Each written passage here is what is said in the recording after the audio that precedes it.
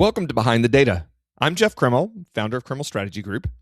Each week, I take you behind the energy market analysis that I'm publishing online. I talk about what surprised me, what I left out, and what I'm still thinking about. So let's get into it. My first post this week was about how oil prices are not a reliable predictor of future rig counts. And this is something I'm thinking a lot about because I'm getting more and more into the forecasting side of things. There's a big project that I'm working on right now.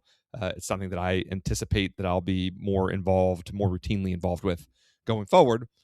And this idea of when you try to create forward-looking views of oil prices, gas prices, rig counts, both oil-directed, gas-directed, try to break that down into basin-level resolutions. You have to think through what we know about the market today and what we can carry forward from what we know about the market today that will inform us about how the market should evolve in the future. Once we have that mechanism in place, then we can take today's state of the market, use it to build up a predicted state of the market for tomorrow, and then do the same thing. Use that same understanding to take tomorrow's state of the market and predict the day after that. So forecasting is something I think a lot about. I've explored the mechanics of forecasting a bunch when it comes to rig counts, oil prices, that sort of thing.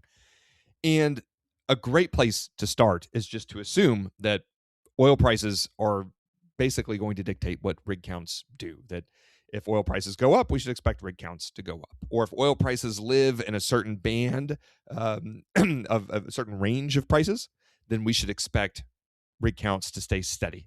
And if oil falls below that band, we should expect rig counts to come down.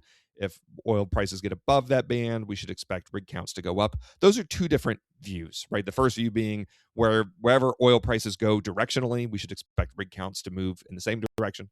The other view is there are bands of prices, some bands where rig counts remain stable, some bands where rig counts decline, some bands where rig counts increase. And the long story short version is that none of that happens. That oil prices, while to some general level of understanding, yes, they are an important part of what happens to rig counts. They alone don't tell us a whole bunch about what rig counts will or won't do.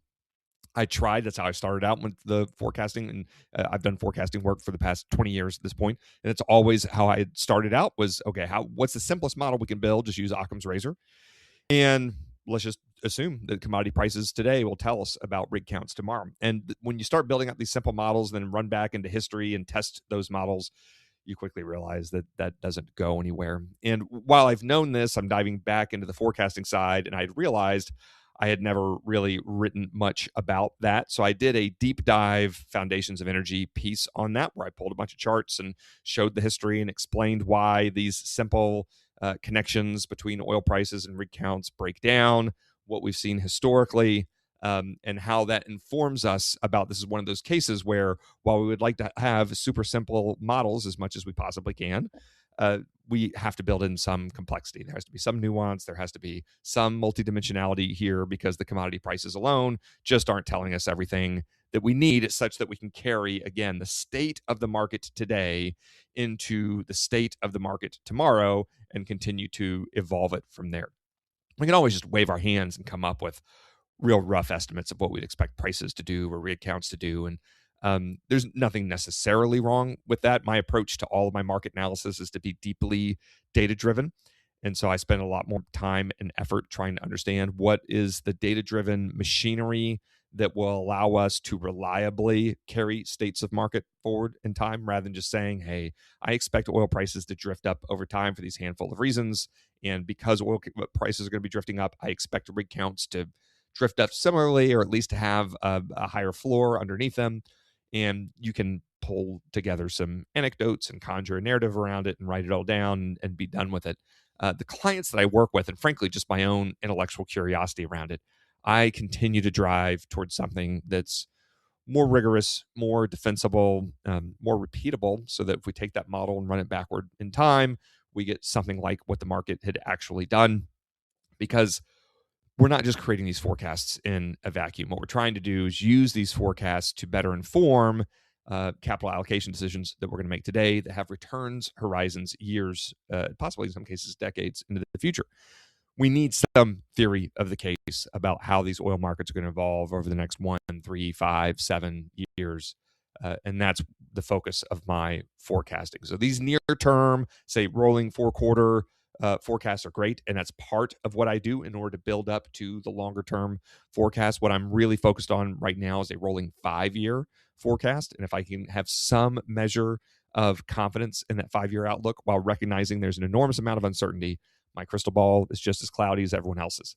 But we can't punt on this exercise. Many of us are making capital allocation decisions today that do have years-long return horizons. And we can say, hey, this stuff's unpredictable. We can't ever know it, so why even bother? Well, if we're still deploying this capital in this direction, then at least implicitly, we have some theory of the case. We have some understanding of why allocating capital in this way is attractive and why we're going to generate sufficient returns. So I've always been a fan of creating the rigorous view that allows us to take these implicit hypotheses that we have and ground them in data as best we can. That was largely the motivation for writing that post at Foundations of Energy the way that I did. My next post was about BP ousting its board chairman. And there's a parlor game element to this where BP has been through a lot of troubles and they're a massive company and they leaned heavily into renewable energy, and that provokes an emotional response, particularly out of oil and gas people. And so you get a conversation here that makes a lot of sense and captures headlines. And I didn't really want to write about all of that. What I did want to write about specifically was the governance angle that underlies this story of BP's board discharging its chairman. And a lot of the stories here is interesting for a number of reasons. One is how forthright the board was about why they were dismissing the chairman, what at least the broad nature of the accusations here that immediately made me think that the board is aware they have some legal exposure.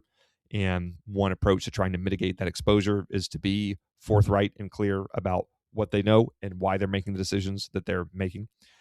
As part of that disclosure, we learned that at least the board received what it believed to be credible accusations that the board chairman was abusive toward junior level BP employees. And that immediately captured my interest in the sense that the board chairman, the board in general, the broader role of the board is to set guidelines for the executive team, to give the executive team the rules of engagement so the executives can immerse themselves fully in the day-to-day running of the business and have a sense of what's allowed and what's not allowed. Typically, boards are not deeply involved in the day-to-day running of the business. While they have some exposure to members of the employee base, it's surprising to me that a board chairman would have so much exposure that the chairman would be able to abuse the employees. If we're to believe what the board said in its release, I have no independent information about what did or didn't happen there. So even if you take the particulars around this one case, this challenge, even if you were to suspect that a board chairman is getting involved in this way, that creates real questions about the line that exists between governance and management. If you want to get involved and make day-to-day management decisions and steer the course of direction in that way, that's why there are executive roles. The governance roles are much more about offering guidance, perspective, rules of engagement, like I said, to the executive team. So the executive team knows what's allowable and what's not allowable, what's been authorized and what's not authorized. And the executives are the one who rolls up their sleeves and go into the business and make it happen day to day. Then they report back with some frequency back to the board. The board can perform its governance duties better when it's not as deeply immersed in the day-to-day running of the business. Some distance, some perspective is very useful. That's why you typically find board members that come from outside the organization. They sometimes come from different industries entirely.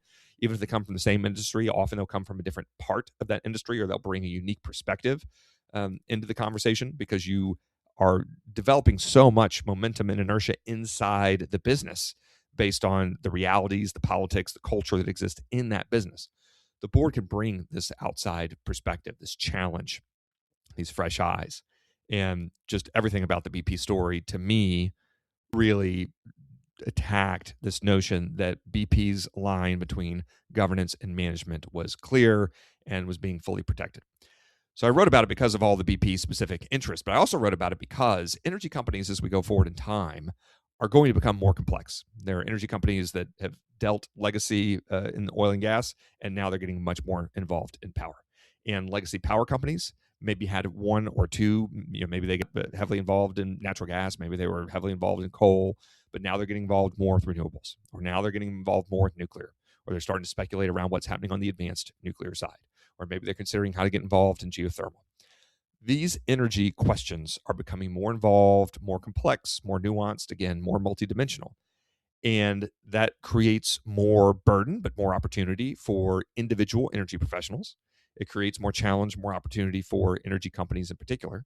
But it also creates more challenge and opportunity for boards. The returns to good governance are only going to grow because the governance challenge is growing. These executive teams need to understand what's in bounds, what's out of bounds. What is our remit? What really is our differentiating proposition? What do investors really expect when they take an ownership stake in this company? What paths really are most likely to generate long-term health and vibrancy for our organization? These are questions that boards and executive teams as partners collaborate with deeply. And again, the board brings a unique perspective around all of this. These governance challenges are going to become more they're going to grow in scale. They're going to grow in complexity as time goes on. And I wanted to highlight this BP story, not just because of the BP specific elements of it, but I think a lot of energy companies are going to struggle with making sure that their governance apparatus evolves at the speed that they need to meet these evolving energy challenges. The BP story just happened to be a really interesting specific example of that. Another post that I wrote about was I just shared a short video clip from our most recent session of Oil and Gas Market Mastery. Oil and Gas Market Mastery is the 12-week program that I built to help energy professionals build executive level market fluency. These energy professionals that are in the course have considerable domain knowledge across a variety of domains where they've come from.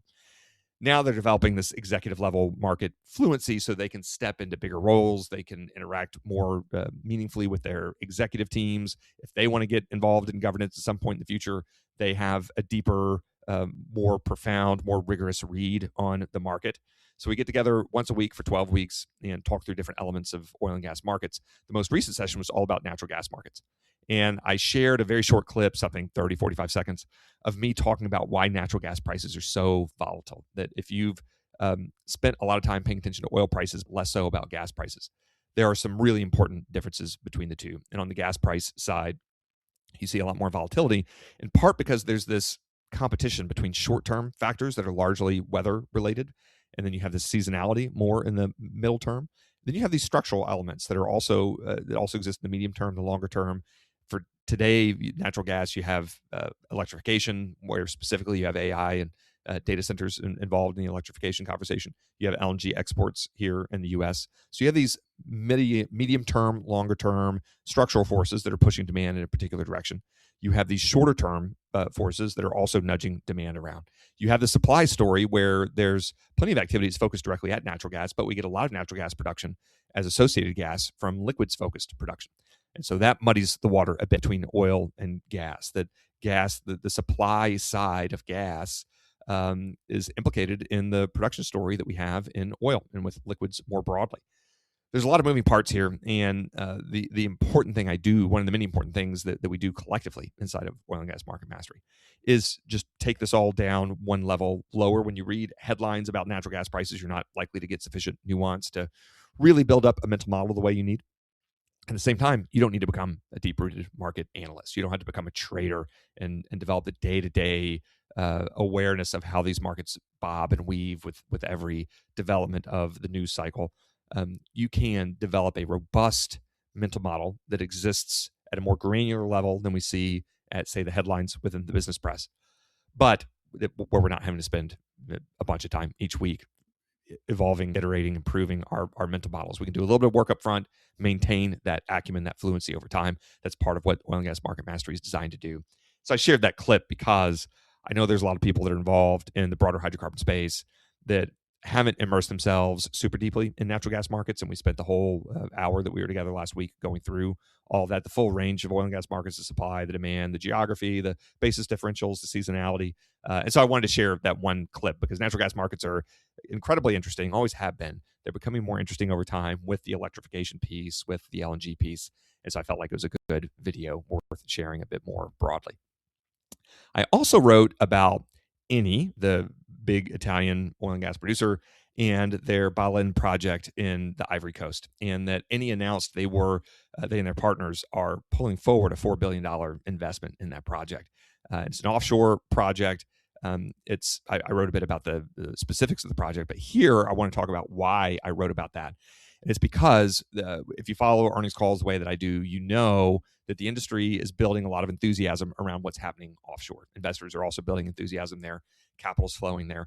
So I like to track specific developments because this is a case where we can wave our hands and talk about the enthusiasm that's happening offshore. And then that cycle kind of feeds on itself. People talk about it on stage, people talk about it in podcasts, people write about it on LinkedIn, but it divorces itself from what's actually happening on the ground and just becomes a talking point that we share repeatedly back and forth, and it just dilutes and loses some of its potency. So this was a tangible example of a multi-billion-dollar investment that's getting pulled forward in time because of the energy security advantages and the price, the forward strip. There's some real price and revenue tailwinds that are making this project even more attractive. It's an expansion of an existing project. So I wanted to highlight all of that. It's something I like to do routinely on LinkedIn when I find some of these energy conversations living too much in the clouds and too much in hand-waving, conjectured speculation and assertion that isn't really tied back to data, to tangible examples, to specific proof points that demonstrate the broader claim that we're trying to make here. And I just really liked that Eni announcement because it was very clear and tangible, and it's a useful point to support this claim about the momentum that's building around offshore. Finally, I attended Microsoft's AI Tour event here in Houston last week and had a lot of fun doing it. And while I was there, it just brings to my mind this I don't know, mix of emotions that I feel in the broader AI conversation. That it's a very exciting conversation, but I also get very frustrated with it because this is a classic example where we're talking so much at an aspirational, hypothetical, theoretical level, all the ways that AI could conceivably change the world as we know it, change the energy industry as we know it. We get a lot of lectures about what people should be doing or shouldn't be doing, and we're not being sufficiently thoughtful, or we're not being sufficiently careful, or we're not being sufficiently honest. And that stuff, frankly, frustrates me over time because it just quickly gets into whining type territory, is my read on some meaningful fraction of the AI conversation. And I just don't find a lot of value in that. But AI is an incredibly important conversation to engage with. So the Microsoft AI Tour event was really cool because you got to see some specific demonstrations of ways that AI is being used. And it was industries beyond just energy. There were a couple of healthcare examples that I remember off the top of my head that were very powerful.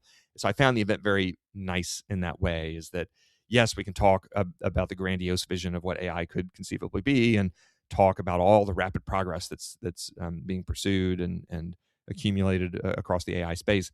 These tangible examples were really powerful. It just grounds the conversation. It feels like we can have something that's an engagement that's more productive, and we get some more clarity and perspective. And I really appreciated that event. So knowing the reaction that I had to it and the incremental clarity that I think I gained as a result of participating in it, that's why I wanted to share a little bit about it on LinkedIn, hopefully in a small way to contribute toward nudging the AI conversation in a way that's a little more tangible, a little more granular, a little more rooted in what we can actually do today and what's different and what a near-term path looks like.